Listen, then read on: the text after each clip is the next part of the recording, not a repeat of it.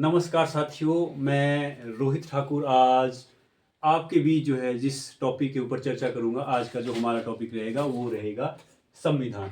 संविधान के ऊपर हम जो है आज चर्चा करेंगे, समझने की कोशिश करेंगे कि संविधान क्या है, संविधान का अर्थ क्या है और जो है संविधान किस प्रकार से बनाया गया था।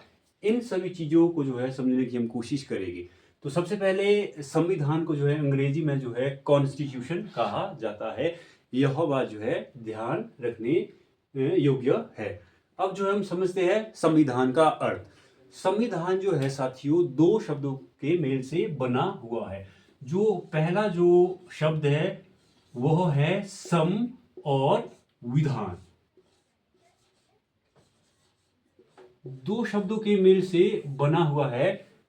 सम का अर्थ होता है समान रूप से और विधान का अर्थ होता है नियम अथवा कानून। इस प्रकार से जो है संविधान का अर्थ है ऐसे नियम और कानून जो समान रूप से सभी नागरिकों पर जो है लागू किए जाते हैं। इसमें किसी भी तरह का जो है भेदभाव नहीं किया गया है। तो जो है संविधान के जो है दो प्रकार है। संविधान के जो दो प्रकार है, पहला है संविधान जो है लिखित हो सकता है। संविधान जो है लिखित हो सकता है या संविधान जो है अलिखित हो सकता है।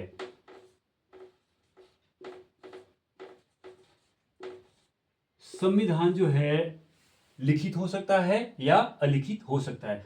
अब समझते हैं कि लिखित संविधान क्या है। लिखित संविधान से अभिप्राय ऐसा संविधान है जिसका निर्माण जो है संविधान सभा ने जो है किया हो और इसको जो एक जो है दस्तावेज की रूप में पिरोया गया है और लिखा गया है, वह जो है लिखित संविधान होता है।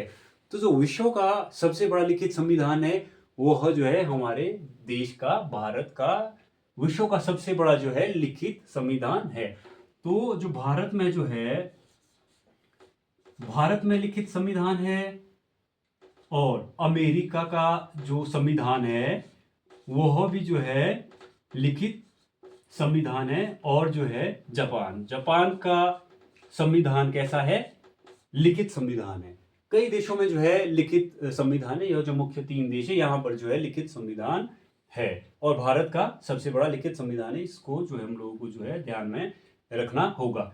अब अलिखित संविधान, अलिखित संविधान क्या होता है?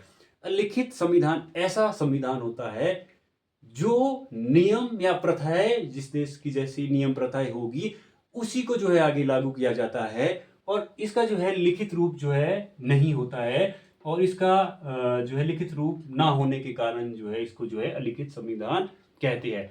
अब समझते हैं कि अलिखित संविधान जो है कहाँ पर है। तो यूके में जो है अलिखित संविधान है और जो है न्यूजीलैंड में भी जो है, न्यूजीलैंड में भी क्या है अलिखित संविधान है और इजराइल में भी जो क्या है लिखित संविधान है।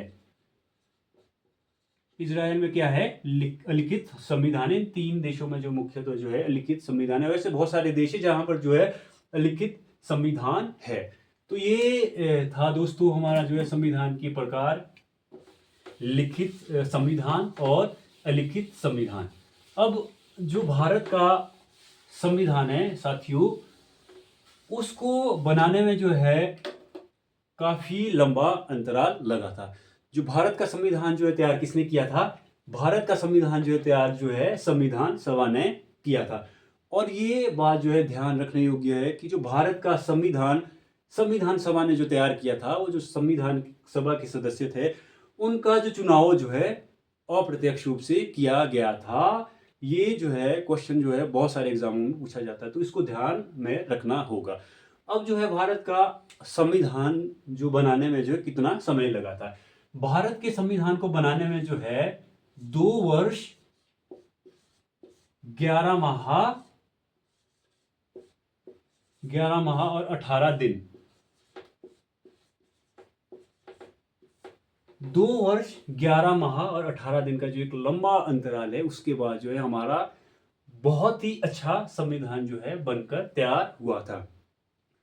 तो जो हमारा भारत का संविधान जो है बनकर तैयार हुआ था वो हुआ था 26 नवंबर 1949 को। 26 नवंबर 1949 को जो है हमारा भारत का संविधान बनकर क्या साथियों तैयार हो चुका था। लेकिन जो है भारत का संविधान जो है लागू कब किया जाता है?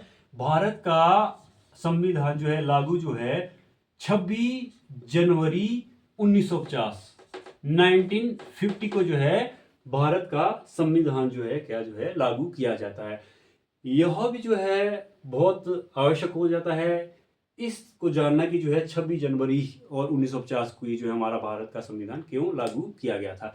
तो इसका रीजन साथियों यह है कि जो है 26 जनवरी 1930 को उस दिन से हम जो है पूर्ण स्वराज जो है मनाते हैं। तो उस दिन से ही जो है लगातार जो है मनाना शुरू किया गया था। यही रीजन है कि जो है 26 जनवरी 1950 को जो है भारत का संविधान जो है लागू किया गया था।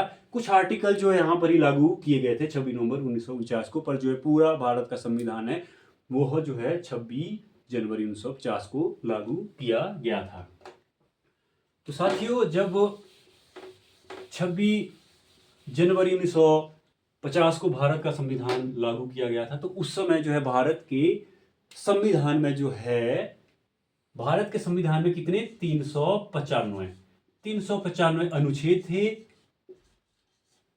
395 अनुच्छेद थे और 8 अनुसूचियां थी। कितनी थी? 8 अनुसूचियां थी।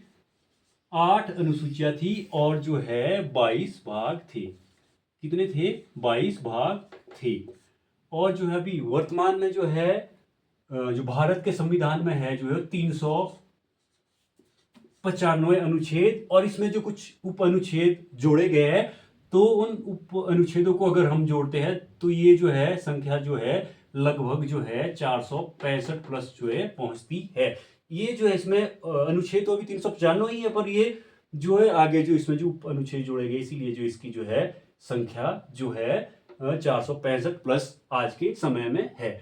और जो है अनुसूचियों की अगर मैं बात करूं तो वर्तमान में जो है 12 अनुसूचियां है। कितनी अनुसूचियां है? 12 अनुसूचियां है वर्तमान में जो है। कितनी? 12 अनुसूचियां है और जो है 22 भाग है और इसमें जो है 3 उपभाग जोड़े गए तो यह जो है संख्या जो है कितनी हो जाती है? 25 उपभाग इसमें 3 जोड़े गए तभी जो है भागों की संख्या जो ये 25 हो जाती है। तो साथ ही जो भारत का संविधान है इसमें जो है समय के साथ साथ जो है संविधान सभा ने जब इसको बनाया तो समय के साथ साथ जो है इसमें जो है कुछ जो है जैसे समय बीतता जाएगा कुछ विकासवादी कार्य करने के लिए इसमें जो है संविधान में जो है संशोधन करने की शक्ति जो है संविधान सभा ने किसके पास दी है? वो जो है संसद के पास जो है शक्ति दी है।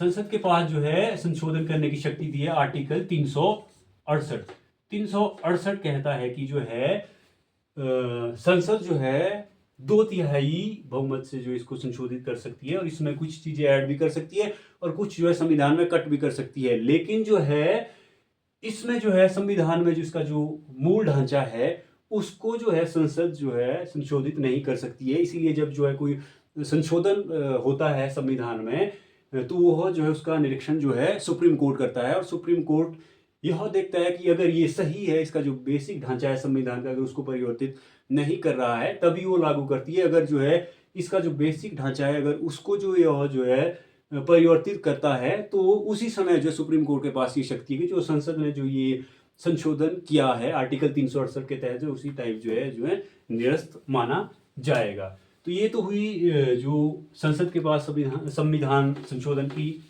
शक्ति है। और साथियों जो संविधान में जो है मात्र 3 या 4% जो है इसमें क्या है कानून दिया गया है। बाकी जो है अदर कानून है जैसे आरबीआई का लॉ हो गया, टैक्स वगैरह हो गया, मिलिट्री का लॉ हो गया, वो सारे बाहर है पर इससे ऊपर नहीं है। संविधान में भले ही 3 या 4% जो है कानून है लेकिन संविधान जो है सबकी सीमाओं को निर्धारित करता है कि इससे ऊपर कोई नहीं है। संविधान से ऊपर ना संसद है ना सुप्रीम कोर्ट है। सब जो है संविधान के तहत ही काम करते हैं और संविधान को पढ़ना इसलिए बहुत जरूरी हो जाता है क्योंकि इसमें जो है हमारे जो है बहुत सारे अधिकार और राइट दिए गए हैं। तो साथियों ये था हमारा आज का टॉपिक संविधान।